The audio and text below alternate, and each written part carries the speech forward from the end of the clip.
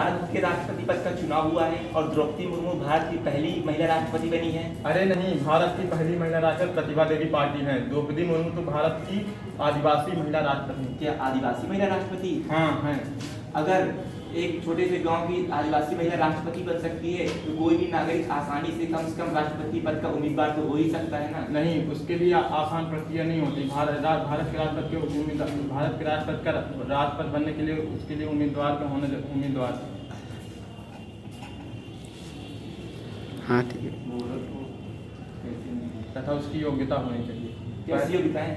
पहला वह भारत का नागरिक हो, दूसरा उसकी आयु 35 वर्ष पूर्ण हो चुकी हो और लाभ के पद पर न हो, और एक महत्वपूर्ण बात है कि संसद के लोकसभा राज्यसभा के 50 प्रस्तावक और 50 अनुमोदक होने चाहिए। ये तो बड़ी जटिल प्रक्रिया मालूम पड़ती है। ऐसे में एक आम आदमी सिर्फ वोट ही डाल सकता है और कुछ नहीं। भारत के राष्ट्रपति बनने के लिए आसान प्रक्रिया नहीं है। उसे हम लोग वोट नहीं डाल सकते हैं। क्यों? उसे भारत के राष्ट्रपति को वोट करने के लिए जनता द्वारा चुने गए लोकसभा, राज्यसभा, विधानसभा द्वारा निर्वाचित सदस्य वोट करते हैं राष्ट्रपति। क्या विधान परिषद के सदस्य वोट नहीं डाल सकते? नहीं, विधान परिषद के सदस्य वोट नहीं करते हैं तथा बल्कि 2 एंग्लो इंडियन राज्यसभा के 12 मनोनीत सदस्य भी वोट नहीं कर सकते हैं। ये तो बड़ी रोचक तथ्य मालूम पड़ता है, इसे स्पष्ट रूप में समझाओ।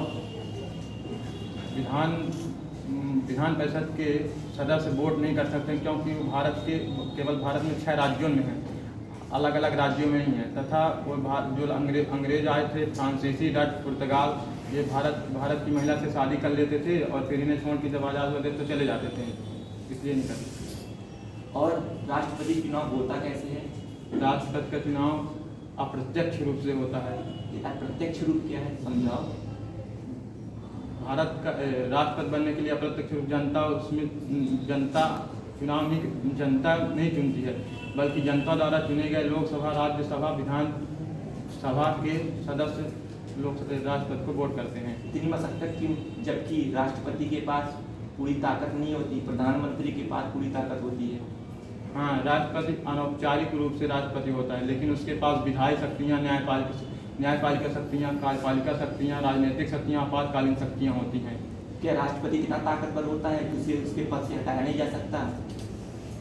हटाया जा सकता है। राष्ट्रपति को महाभियोग द्वारा हटाया जा सकता है। राष्ट्रपति को हटाने के लिए लोकसभा, राज्यसभा में 14 दिन के लिए अनुमति दी जाती है तथा उसे 2/3 बहुमत से पारित करना होता है।